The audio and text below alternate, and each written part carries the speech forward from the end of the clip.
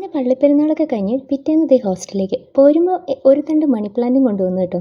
എന്താ ഈ സങ്കടം എന്ന് ചോദിച്ചു കഴിഞ്ഞാൽ കൗൺസിലേഴ്സ് എല്ലാവരും ഒരുമിച്ചായിരുന്നു കേട്ടോ ഇരുന്നിരുന്നത്. അവിടെ നിന്ന് എന്നെ മാത്രം ചെറുതായിട്ടൊന്ന് പ്ലേസ് മാറ്റി. ആദ്യമൊക്കെ സങ്കടം തോന്നിയെങ്കിലും പിന്നെ റോസിന് നിന്ന് നല്ല കമ്പനിയും സ്വസ്ഥമായിട്ടുള്ള അറ്റ്മോസ്ഫിയറും പതുക്കെ തന്നെ നമ്മൾ അതിലേക്ക് അഡ്ജസ്റ്റ് ആയിട്ടോ. അതൊരു പ്രത്യേക കഴിവാണ്. എവിടെ കൊണ്ടിട്ടാലും അതുമായിട്ട് മിങ്കിളാകാനുള്ള. അടുത്ത ദിവസം ഞങ്ങളൊരു സിനിമയ്ക്ക് പോയി കേട്ടോ. കോലാഹലങ്ങളൊക്കെ വെറുതെയാണ് പോയത്. വേറൊന്നുമല്ല, മമ്മൂട്ടിയുടെ ഡൊമിനിക് ആൻഡ് ലേഡി പേഴ്സിലെ അതായിരുന്നു. അത് ഇൻസ്പയർഡായി ഞാൻ ഹെയർ സ്റ്റൈൽ കിട്ടിയെന്നൊക്കെ പറഞ്ഞാൽ എന്നെ കളിയാക്കുന്നുണ്ടായിരുന്നു. വൈകുന്നേരം വരുന്ന വഴി നമ്മളിതേ അവിടെ KFC പോലത്തെ എന്തോ ഒന്ന് കഴിക്കാൻ കയറിയതാണെന്നാണ് എൻ്റെ ഓർമ്മ. അത് കഴിക്കുന്നതിനിടയിൽ ഞങ്ങൾ ലൈൻ എന്ന് പറയുന്ന ഒരു ഗെയിമും കളിച്ചു.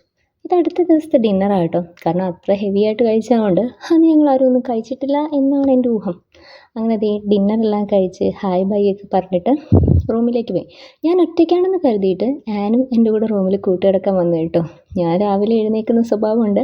എഴുന്നേറ്റ് ചെറുതായിട്ട് പ്രാർത്ഥിച്ച് ഫ്രഷ് ആയിട്ടാണ് ഓഫീസിൽ പോകുന്നത്. പിന്നെ ഇവിടെ ബ്രേക്ക്ഫാസ്റ്റൊക്കെ ആൻറ്റി ഉണ്ടാക്കുന്നതുകൊണ്ട് അതിൻ്റെ ബുദ്ധിമുട്ടില്ല. അടുത്ത ദിവസം രാവിലെ നമ്മൾ പോവുകയാണ്. ഞാൻ പറഞ്ഞു അന്ന് വൈകുന്നേരം വീണ്ടും നാട്ടിലേക്ക്. അതായത് അതൊരു ശനിയാഴ്ച വൈകുന്നേരമായിരുന്നു. കല്യാണിയാണ് കേട്ടോ സ്റ്റാൻഡിൽ നിൽക്കുന്നത്. ഞങ്ങൾ രണ്ടുപേരും ഇപ്രാവശ്യം 2 ഡയറക്ഷനിലേക്കാണ്. ആളുടെ വീട് ആലപ്പുഴയും എൻ്റെ വീട് ചേർത്തലയാണ്. വീട്ടിൽ വന്നപ്പോൾ എന്നെ സ്വീകരിക്കാനായിട്ട് ഇവിടെ വലിയൊരു മുതലക്കുട്ടൻ. ആദ്യമായിട്ട് ഞാൻ ഉടുമ്പിനെ കണ്ടപ്പോൾ വിചാരിച്ചത് മുതലയുടെ കുഞ്ഞാണെന്നാണ് കേട്ടോ. അതിന് മുന്നേ ഞാൻ കണ്ടിട്ടും കേട്ടിട്ടും ഇല്ലാത്തതുകൊണ്ട് ഞാനിത് മുതലക്കുഞ്ഞാന്നൊക്കെ വിളിച്ച് ഷൂട്ട് ചെയ്ത് എല്ലാവരും അറിയിച്ചു. വടക്കേപ്പറമ്പിൽ പിള്ളേർ കളിക്കാൻ വന്നിട്ടുണ്ട്. ഇപ്പോൾ അവിടെ ഉണ്ടോയെന്ന് അറിയില്ല. പിന്നെ ഈ വീഡിയോ ഒക്കെ എപ്പോഴുള്ളതെന്ന് ചോദിച്ചാൽ 1 വർഷം മുന്നേ ഉള്ള കഥകളാണ് കേട്ടോ. ഞാൻ ഇടയ്ക്കൊരു ബ്രേക്ക് എടുത്തപ്പോഴത്തേക്കും കഥകളൊക്കെ അപ്ലോഡ് ചെയ്യാനായിട്ട് മറന്നുപോയി. അതുകൊണ്ട് ഇനി ആരും ചോദിച്ച് ബുദ്ധിമുട്ടണ്ട. പെരുന്നാളിൻ്റെ പലഹാരങ്ങളൊക്കെ എൽസ് വീട്ടിൽ വന്നപ്പോൾ തന്നതാണ്.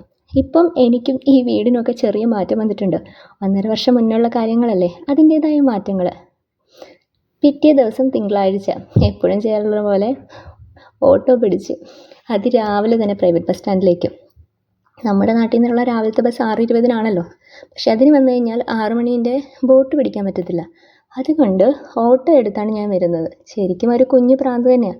എന്നാലും അവനവൻ്റെ വീട്ടിൽ കിടക്കുന്ന സുഖം അതൊന്ന് വേറെ തന്നെയാണ്. ഈ സുഖമൊക്കെ ഉപേക്ഷിച്ച് കഴിഞ്ഞ 1 വർഷവും 4 മാസമായിട്ട് ഞാൻ UAE-ലാണ്. കണ്ടിന്യൂസ് ആയിട്ടല്ല കേട്ടോ, ഇടയ്ക്കൊന്ന് 2 പ്രാവശ്യം പോകേണ്ടിയൊക്കെ വന്നിട്ടുണ്ട്. ആ കാര്യങ്ങളൊക്കെ പറയാം വഴിയെ വരുന്ന വ്ളോഗുകളിലാണ്. ഞാൻ വിശ്വസിക്കുന്നു എൻ്റെ കുഞ്ഞു കഥകളും വിശേഷങ്ങളും ഒക്കെ കാണാൻ നിങ്ങൾക്ക് ഇഷ്ടമാണെന്ന്. ഇഷ്ടമാണെങ്കിൽ ഓരോ എപ്പിസോഡിനായിട്ട് കാത്തിരിക്കുക, സപ്പോർട്ട് ചെയ്യുക. എന്നാൽ ആവുന്ന രീതിയിലൊക്കെ ഞാൻ പറയാം. ഞാൻ മുന്നേ പറഞ്ഞിട്ടുള്ള പോലെ എനിക്കിതിലൊന്നും വലിയ എക്സ്പീരിയൻസ് ഉണ്ടായിട്ടല്ല, ഇതൊക്കെ എനിക്ക് ഇഷ്ടമായതുകൊണ്ടാണ് കേട്ടോ.